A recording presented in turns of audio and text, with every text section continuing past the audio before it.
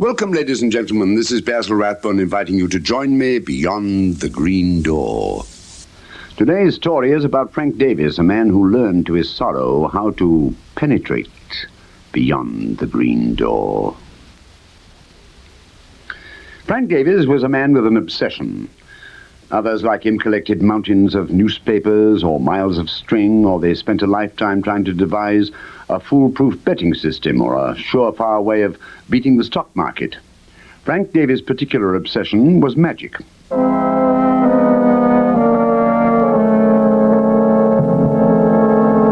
He lived alone in a rented room, and his only companion was a cat.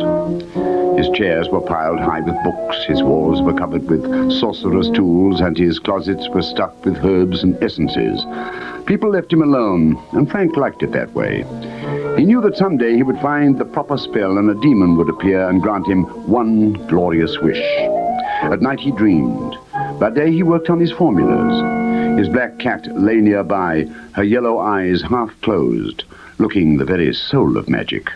And Frank labored on, testing the infinite combinations of his formulas. He had grown so used to failure that success caught him by surprise. One day a wisp of smoke appeared in the middle of his room. The demon slowly took form, and Frank, who had dreamed of this moment for so long, found himself shaking with fear. Somehow in all those years, he had never decided exactly what he would ask when a demon did appear. The wisp of smoke grew into a huge grey shape. Frank paced up and down, wrung his hands, stroked his cat, gritted his teeth, bit his nails, and desperately tried to think. One wish, and only one wish. That was the rule. But what would he wish for? Wealth? Or was power more valuable?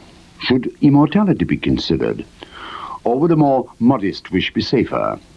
The demon was fully formed now. Its pointed head brushed the ceiling, and its lips were twisted into a devilish leer. "Your wish!" the demon bellowed, in a voice so loud that both Frank and his cat backed away. His wish. What was it to be? The moments were ticking away, and the demon was growing impatient. If he didn't hurry, the demon might leave, never to return. But after 20 years of striving for this moment, Frank wanted to make the best wish possible. He thought again of the various advantages offered by power or wealth or immortality. Then, just as he was about to decide, he saw that the demon was grinning at him. "It's irregular," the demon said, "but I think it fulfills the conditions." Frank didn't know what the demon was talking about. Then a wave of dizziness overcame him, and the room went black. When his vision had returned, Frank saw that the demon was gone. His one great chance was wasted, and everything was just as it had been. Well, not quite as it had been. For Frank noticed that his ears had grown long, and his nose had grown even longer. He had grey fur instead of skin, and he had a tail.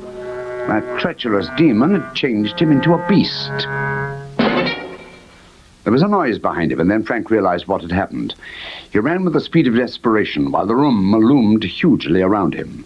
A single blow smashed him down, and he saw a fierce, whiskered face above him with gigantic teeth ready to bite.